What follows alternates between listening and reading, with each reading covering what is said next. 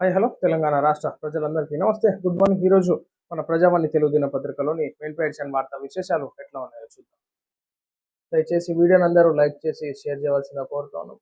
సిరిసిల్ల విద్యుత్ సంస్థలో అవకతవకలు, ప్రమోషన్లు, నియామకాలపై పెద్ద ఎత్తున ఆరోపణలు, 60:40 రూల్స్ అమలుపై సందేహాలు, కార్మికులపై ఒత్తిళ్లు, నిరుద్యోగులకు అన్యాయం అంటూ ఆగ్రహం. రాజన్న సిరిసిల్ల జిల్లాలో విద్యుత్ సంస్థ పనితీరుపై పలు కీలక అంశాలు వెలుగులోకి వస్తున్నాయి. ముఖ్యంగా ఒక అధికారి వ్యవహార శైలి చుట్టూ తీవ్ర ఆరోపణలు వినిపిస్తున్నాయి. బిల్డ్ కలెక్టర్గా ఉద్యోగ జీవితం ప్రారంభించి అంచెలంచెలుగా ఎదిగి ఏఈఓ స్థాయికి చేరుకున్న ఆయన కింది స్థాయి ఉద్యోగులపై ఒత్తిళ్లు తీసుకువస్తూ ఉన్నతాధికారులకు తప్పుడు నివేదికలు అందిస్తున్నారని సమాచారం. ఈ నివేదికల ఆధారంగా పలువురు కార్మికులు, ఉద్యోగులు సస్పెన్షన్కు గురవుతూ మానసిక ఒత్తిడికి లోనయ్యారని బాధితులు చెబుతున్నారు. క్షేత్రస్థాయిలో పనిచేసే సిబ్బందిని ప్రమోషన్ల విషయంలో భయభ్రాంతులకు గురి చేస్తూ ప్రశ్నించిన వారిపై ఎంక్వైరీ పేరుతో కక్ష సాధింపు చర్యలు తీసుకుంటున్నట్టు ఆరోపణలు ఉన్నాయి. సో మొత్తానికి ఏదైతే ఈ వ్యక్తి ఉన్నాడో ఈయన పైన ఫస్ట్ యాక్షన్ తీసుకోవాలి.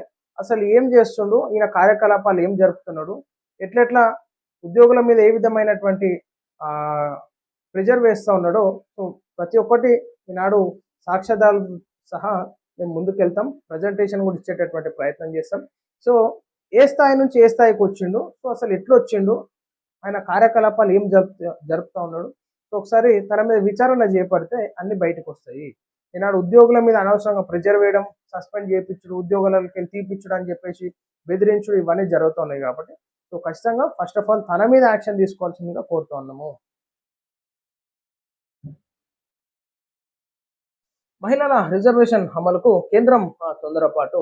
కేంద్ర ప్రభుత్వంపై కాంగ్రెస్ అధ్యక్షుడు మల్లికార్జున్ ఖర్గే విమర్శలు గుప్పించారు. బెంగాల్, తమిళనాడు అసెంబ్లీ ఎన్నికలు జరుగుతున్న తరుణంలో పార్లమెంట్ ప్రత్యేక సమావేశాన్ని ఏర్పాటు చేసి మహిళా రిజర్వేషన్ల చట్టం అమలు చేయడానికి మోదీ సర్కార్ యత్నిస్తోందని ఆరోపించారు. ఇది కేవలం రాజకీయ లబ్ధి కోసమే మహిళా రిజర్వేషన్ల చట్టం అమలుకు కేంద్రం తొందరపడుతోందని భావనను బలపరుస్తోందని విమర్శించారు. ఈ మేరకు భారత ప్రధాని నరేంద్ర మోడీకి ఖర్గే లేఖ రాశారు. చట్టాన్ని ఎందుకు ఇప్పటి వరకు అమలు చేయలేదు? ఖర్గే ఏప్రిల్ 16 నుంచి నారీ శక్తి వందన్ అధినియంపై చర్చించేందుకు ఏర్పాటు చేసిన పార్లమెంట్ ప్రత్యేక సమావేశానికి సంబంధించి మీ మోడీ లేఖ నాకు అందింది.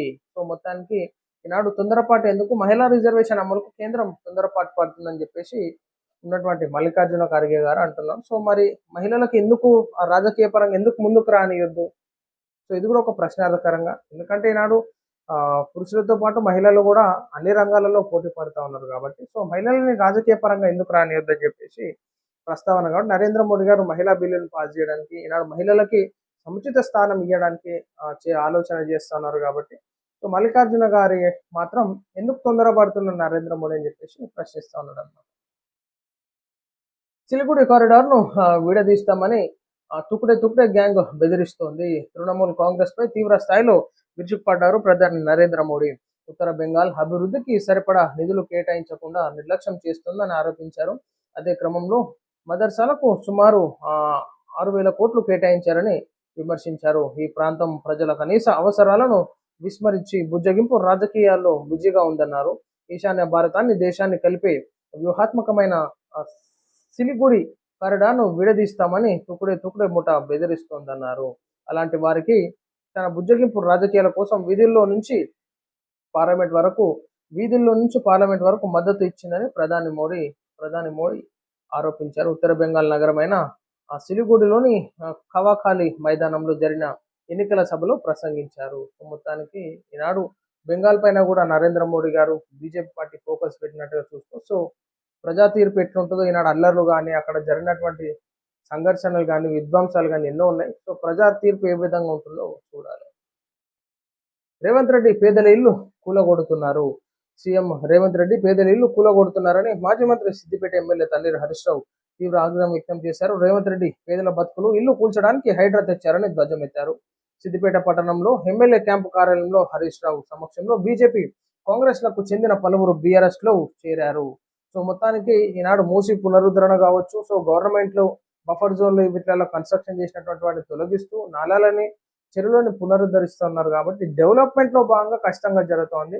ఇల్లీగల్ కన్స్ట్రక్షన్స్ మాత్రమే చేస్తూ ఉన్నారని చెప్పేసి డెమాలిషన్. కాబట్టి ఈనాడు ఆ యొక్క చెరువుల దగ్గర కబ్జాలు చేసుకుంటూ గత 10 సంవత్సరాలు బీఆర్ఎస్ పార్టీ రూలింగ్లో ఉండి ఆ కబ్జాలకు జీవం పోసినటువంటి నాయకులు ఈనాడు చేతివాటం తీసుకొని అక్కడ నిరుపేదలకి కట్టుకోవడానికి పర్మిషన్ ఇచ్చే విధంగా అందరు అధికారులను మేనేజ్ చేసుకుంటా ఈనాడు చెరువులను కబ్జా చేస్తున్నారు. కాబట్టి హరీష్ రావు గారు డెవలప్మెంట్ అంటే చెరువుల పునరుద్ధరణ, మనకు చెరువులు అనేది చాలా ఇంపార్టెంట్.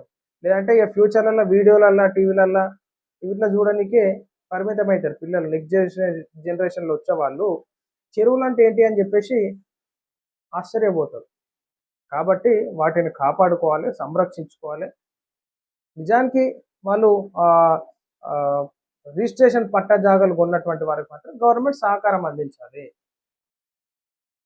ఈనాడు అక్రమంగా అయితే కూలగొడితే మాత్రం మరి ఖచ్చితంగా నిరుపేద ప్రజలకు ప్రభుత్వం అండగా ఉండాలి. డెవలప్మెంట్ చేస్తూ ప్రజలకు అండగా ఉండి ఈనాడు ముందుకు వెళ్లాల్సిందిగా కోరుతున్నాం మేము కూడా.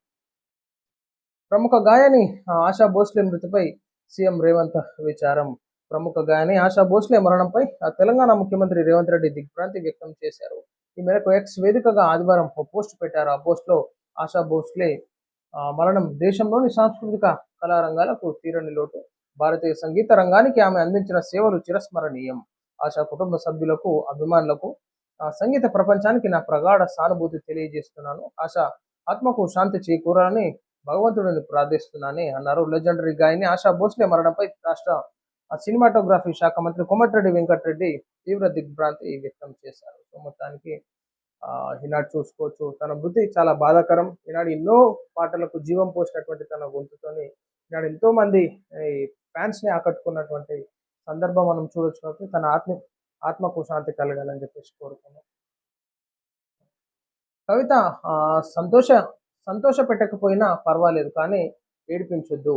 తెలంగాణ జాగృతి అధ్యక్షురాలు కల్వకుంట్ల కవిత విషయంలో చెప్పేదేమీ లేదని మాజీ మంత్రి BRS working president Kalvakuntla Taraka Ramarao వ్యాఖ్యానించారు. పిల్లలు తండ్రిని సంతోష పెట్టకపోయినా పర్వాలేదు, కానీ ఏడిపించవద్దని తెలిపారు. ఈ రాజకీయం ఉంటుంది పోతుంది, కానీ ఇతరులను బాధ పెట్టే తీరు మంచిది కాదని చెప్పుకొచ్చారు. రాజకీయ పార్టీలు ఎవరైనా పెట్టుకోవచ్చని అన్నారు. ప్రజల ఆదరణ లేకుంటే వృధానే కదా అని చెప్పారు. ప్రజల కోణంలో పార్టీ పెడితే తప్పు లేదని వ్యాఖ్యానించారు. వ్యక్తిగత సమస్యలతో పార్టీ పెడితే ఎవరు పట్టించుకోరని పేర్కొన్నారు. తమకు పొత్తులు కలిసి రావని స్పష్టం చేశారు. పొత్తులతో పోటీ చేసినప్పుడల్లా ఓడిపోయామని ప్రస్తావించారు. 2014, 2018లో ఒంటరిగానే పోటీ చేసి గెలిచామని, అధికారంలోకి వచ్చామని గుర్తు చేశారు. 2023లో కూడా ఒంటరిగానే గట్టి పోటీ ఇచ్చి ఓడిపోయామని కేటీఆర్ వ్యాఖ్యానించారు. సో ఈనాడు చెల్లకు కేటీఆర్ చెప్తా ఉన్నారు. సో ఈనాడు సంతోషపెట్టకపోయినా సరే, కానీ బాధ పెట్టొద్దు తండ్రిని అని చెప్పేసి అంటా ఉన్నారు. సో వ్యక్తిగత కక్షలతో పార్టీలు పెట్టుకుంటే ఆదరించరు. ఈనాడు ప్రజా ప్రయోజనాల కోసం పెట్టుకుంటే ఖచ్చితంగా ప్రజలు ఆదరిస్తారు. కానీ ఈనాడు కక్షపూరితమైనటువంటి రాజకీయాలు చేయొద్దని చెప్పేసి కవితకు కేటీఆర్ అన్న చెప్తున్నారు అనమాట ముచ్చట. ఇరాన్ వైఖరి వల్లే చర్చలు బెడిసికొట్టాయి. పాకిస్తాన్ వేదికగా ఇరాన్తో జరిగిన శాంతి చర్చలు ఎలాంటి ఒప్పందం లేకుండానే విఫలమైన నేపథ్యంలో అమెరికా అధ్యక్షుడు డొనాల్డ్ ట్రంప్ సంచలన నిర్ణయం తీసుకున్నారు. హర్ముజ్ జలసంధి గుండా నౌకల రాకపోకలను అడ్డుకునేలా తక్షణమే సముద్ర దిగ్బంధాన్ని ప్రారంభించాలని అమెరికా నౌకా దళాన్ని ఆదేశించింది. ఈ కీలక జలమార్గంపై వ్యూహాత్మక నియంత్రణ సాధించడం ద్వారా ఇరాన్ ఆర్థిక వనరులు, వారికి ఉన్న ప్రధాన బలాన్ని పూర్తిగా దెబ్బతీయాలని ట్రంప్ ఈ నిర్ణయం తీసుకున్నారు. అంతర్జాతీయ జలాల్లో ఇరాన్కు సుంకం చెల్లించిన ప్రతి నౌకను వెంబడించి అడ్డుకోవాలని తమ నౌకా దళానికి స్పష్టమైన ఆదేశాలు ఇచ్చినట్లు ట్రంప్ వెల్లడించారు. సో మొత్తానికి ఈనాడు ఏ విధమైనటువంటి సంఘటనలు జరుగుతున్నాయో మనం చూడొచ్చు. సో ఈనాడు ఒక యుద్ధం వల్ల జరిగిన నష్టమే కానీ లాభం అయితే జరిగింది ఏం లేదు. ఇంటర్ ఫలితాలు విడుదల. కె కేశవరావు ప్రభుత్వ విద్యాశాఖ కార్యదర్శులు ఇంటర్ బోర్డు కార్యాలయంలో విడుదల చేశారు. తెలంగాణ ఇంటర్ ప్రథమ ద్వితీయ సంవత్సరం ఫలితాలు విడుదలయ్యి ఈ మేరకు ప్రభుత్వ సలహాదారు కేశవరావు ప్రభుత్వ విద్యాశాఖ కార్యదర్శులు ఇంటర్ బోర్డు కార్యాలయంలో విడుదల చేశారు. ఇంటర్ మొదటి సంవత్సరంలో 3,23,807 మంది విద్యార్థులు ఉత్తీర్ణత సాధించారు. ఈ ఏడాది ఫిబ్రవరి 25వ తేదీ నుంచి మార్చి 18 వరకు ఇంటర్ పరీక్షలు జరుగుతాయి. సో మొత్తానికి తెలంగాణ రాష్ట్ర వ్యాప్తంగా దాదాపు 9.5 లక్షల మందికి పైగా విద్యార్థులు హాజరయ్యారు. సో మొత్తానికి ఇంటర్ ఫలితాలు రిలీజ్ అయినట్టుగా చూసుకోవచ్చు. కాళేశ్వరం బ్యారేజీలు పునరుద్ధరణ పనులపై ప్రభుత్వం శరవేగంగా చర్యలు. కాళేశ్వరం ప్రాజెక్టులో భాగంగా ఉన్న బ్యారేజీల పునరుద్ధరణపై రేవంత్ సర్కార్ ఫోకస్ పెట్టిన సంగతి తెలిసిందే. తాజాగా మేడిగడ్డ, సుందిల్లా, అన్నారం బ్యారేజీల పునరుద్ధరణపై మంత్రి ఉత్తమ్ కుమార్ రెడ్డి కీలక ఆదేశాలు జారీ చేశారు. ఈ 3 బ్యారేజీల మరమ్మతుల పనులు వేగవంతం చేయాలని, నిర్ణీత గడువులోగా పనులు పూర్తి చేయాలని మంత్రి ఉత్తమ్ సంబంధిత అధికారులను ఆదేశించారు. నేడే కాళేశ్వరం బ్యారేజీల పునరుద్ధరణ పనులపై సెక్రటేరియట్లో అధికారులతో ఉన్నత స్థాయి సమీక్ష నిర్వహించారు. ఈ సందర్భంగా పునరుద్ధరణ పరీక్షపై ఆప్రే ఇండియా ప్రతినిధులతో రివ్యూ సమావేశం నిర్వహించేటువంటి సో మొత్తానికి ఆ కాళేశ్వరం కానీ అదేవిధంగా మేడిగడ్డ సుందిల్ల ఇవన్నీ ఉన్నాయి కదా, సో ఇవన్నిటికీ మళ్ళా అసలు ఏం జరిగింది, ఎట్లా కాపాడుకోవాలి, అన్నారం బ్యారేజీలు పునరుద్ధరణ పైన కార్యాచరణ రూపొందించేటటువంటి సిచ్యువేషన్ మనం చూడొచ్చు. సో ప్రజలకి అవసరం వచ్చేదా ప్రజాధనం దుర్వినియోగం కాకుండా, ప్రజల సొమ్ము దుర్వినియోగం కాకుండా చేస్తే బాగుంటుంది. కూలగొట్టుడు కట్టుడు ఇవన్నీ ప్రజాధనం దుర్వినియోగం అయ్యేటటువంటి సిచ్యువేషన్ మనం చూస్తాం. సో ఇది ప్రజలారా ఈరోజు మన ప్రజావాణి తెలుగు దినపత్రికలోని మెయిన్ ప్యాషన్ వార్తా విశేషాలు. నమస్తే.